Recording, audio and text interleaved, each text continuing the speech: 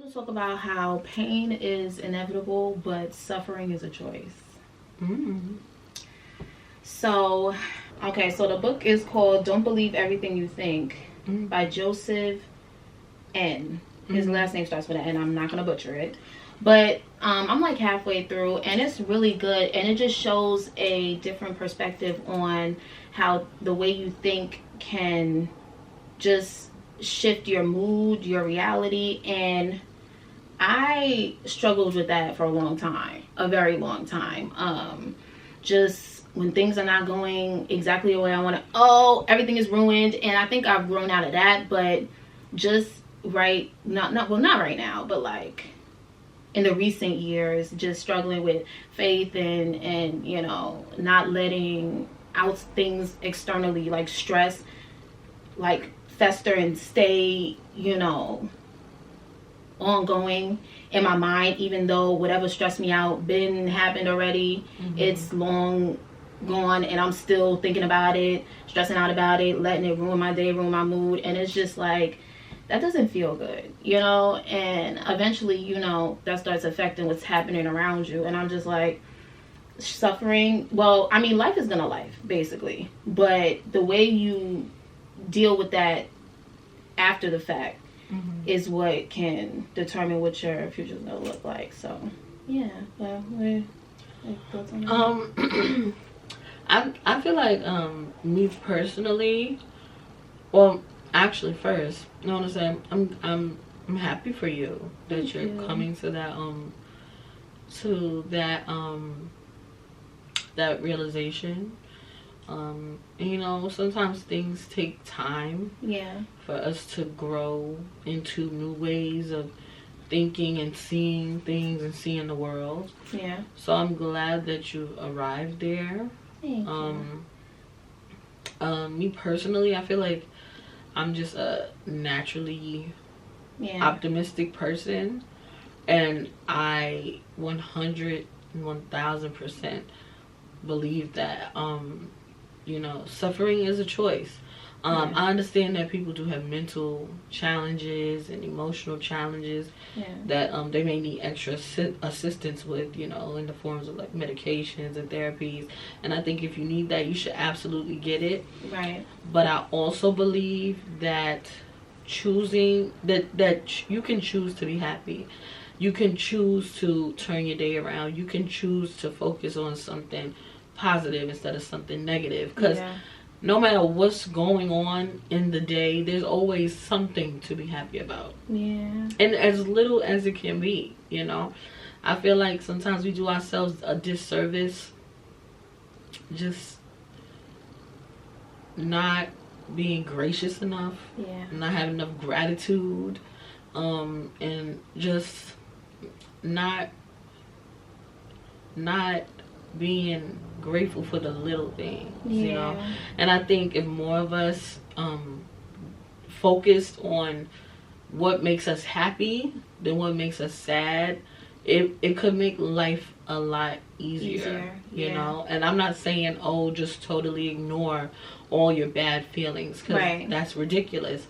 But we can't stay in those bad feelings. Yeah, And I know that because I feel like I learned at a young age, just with different situations in my life, you know, socially, emotionally, when it comes to like familial relationships and friendships. It was always resilience. Resilience was a means to survival for me. If I did not push forward, I knew that my mind would struggle, because Right. I've been in those spaces before. And so over time, I've learned I have to prevail. I have to be resilient. I have to move forward for me. I cannot get stuck here. yeah, You know, I have a lot of life and so much to be grateful for. I just cannot. I would rather be happy. you know. Yeah, it's a beautiful thing that you learned that so early, because if I learned it early, definitely things could have been a lot different. But you know, it happens when it's supposed to. But I will say I'm truly grateful and blessed to have a bestie like this one right here, because yeah, she's a ray of sunshine, for real, if you know, you know. And there was times where you would say what?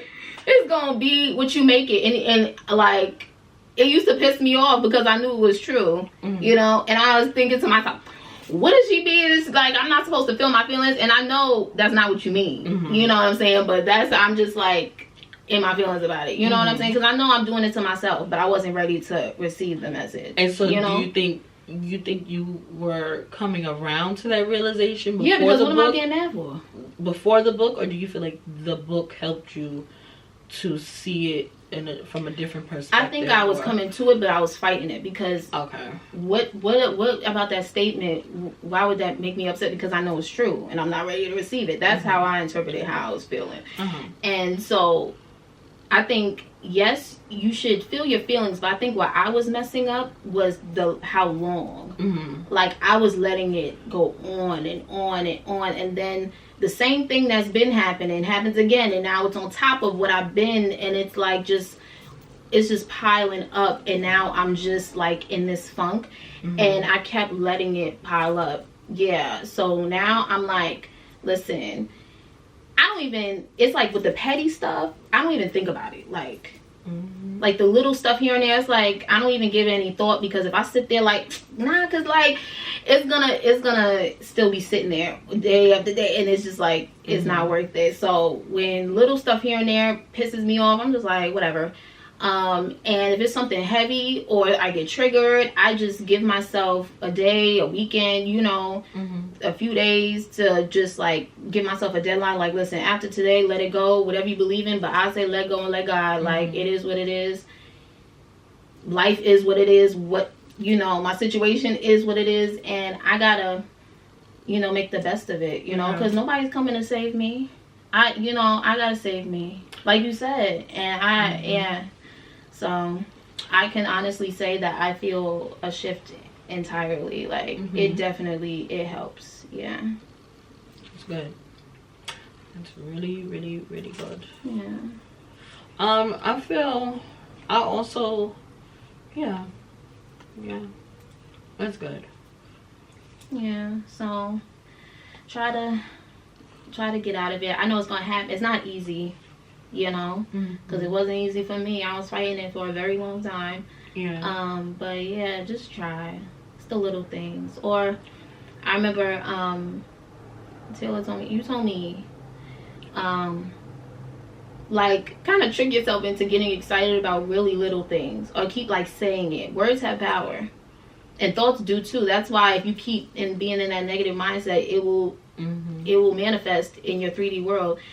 But yeah, it worked. I was saying, like, I'm so excited. Like, I got a lip pencil. My favorite lip pencil. It's usually sold out, but I got 2 of them. I'm so excited. Like, I started saying sarcastically, but then I actually started feeling like a little pick-me-up in my energy. It's crazy. Listen, sometimes you gotta fake it till you make it. No, literally. I know all about that. Listen, I didn't get fat, fabulous, and fearless overnight. It was a I had to fake my confidence before I actually got here. Wow. Which is so crazy, because I was very young, like knowing like saying to myself, like, you gotta fake it till you make it. Like, that's crazy. Saying stuff like that to myself. That is crazy. Very wise before your time. It's crazy. Listen, but it's like sometimes when a lot of us grow up in environments where we might not be alone, but we feel alone. So coping mechanisms and things that we learn to do to survive can really become a huge part of our personalities and how we go on with life. And it could be negative, or it could be positive. And sometimes I could say that me being optimistic is one of my favorite qualities about myself. Yeah. It's one of my best qualities. But there were times in my life where, and even in therapy, like I had to learn to feel what I was feeling. So too much of anything is not good. Exactly. So you could be on one side of it where you're feeling everything bad, and you know you're never looking at the brighter side of things, or you could be on the side where looking at the bad stuff is too hard, so you're always looking at the brighter and ignoring the hard stuff, right? And so there were times in my life where I had to remind myself to feel my feelings, to sit in my feelings. It's okay for me to be sad. It's okay for me to be angry right now. And it's okay for me to feel this in this moment. And I can move on later, but I cannot skip past this emotion. Yeah. Because then that is something that will build up. It's going to turn into something, yeah. Exactly. If you're never allowing yourself to feel those other emotions, you know? So definitely find a balance is, you know. And I think as a black kid, you know, that's a thing where it's like, oh, hush. Like, there ain't nothing wrong with you. Yeah. There's nothing wrong with you. And those were like a lot of my internal dialogue when I was younger was like, stop crying. Like, what are you crying for? Like, stop it. Now, like, I was always labeled the crybaby, the drama queen, because I feel like I wear my heart on my sleeve for real. I was definitely a crier, very sensitive. I feel like I still am, and yeah, but it was really bad when I was younger. Like, everything used to hurt my feelings. Yeah, I wasn't a crier, but everything was hurting me. So I wasn't expressing it. Yeah. I wasn't expressing it, but I was crying on the inside. Like, I was so sad, but you know, just because of like whatever's going on around you, whatever your situation is, your family situation, you may not feel comfortable to express those type of feelings. You know, it's all bottled up inside, and like you just choose to ignore those things. It just feels, because even that feels like, damn, because even me, I would get the dismissive responses. It's just like, oh, now that's like, I'm upset and you don't care. It's like, if you ain't dying, and that's wrong with you. And that's what made me stop crying when I was younger. Like, I couldn't help it. Like, oh, like, don't give a like, I could be crying, I could say this, I could say that, but okay, nobody gives a so now I'm not gonna cry like that. Yeah, no, if I was feeling it, it was coming down, child. Yeah, no, I was, bro. And then it would be like a dig every time I'll start crying. They like, girl, shut up. I was even more hurt. I turned into the person like you're not gonna hurt my feelings, and you're not gonna see me cry. You're not gonna make me cry. You don't even give like, I'm not crying in front of nobody. Like, that's how it got for me. I feel like I said like that, and then it didn't happen. Yeah. Yeah, this year has been very, circling back to the first house topic. Yeah, this has been a very eye-opening, reflective year. Definitely feels like a first house year for sure. I will be leaving 2024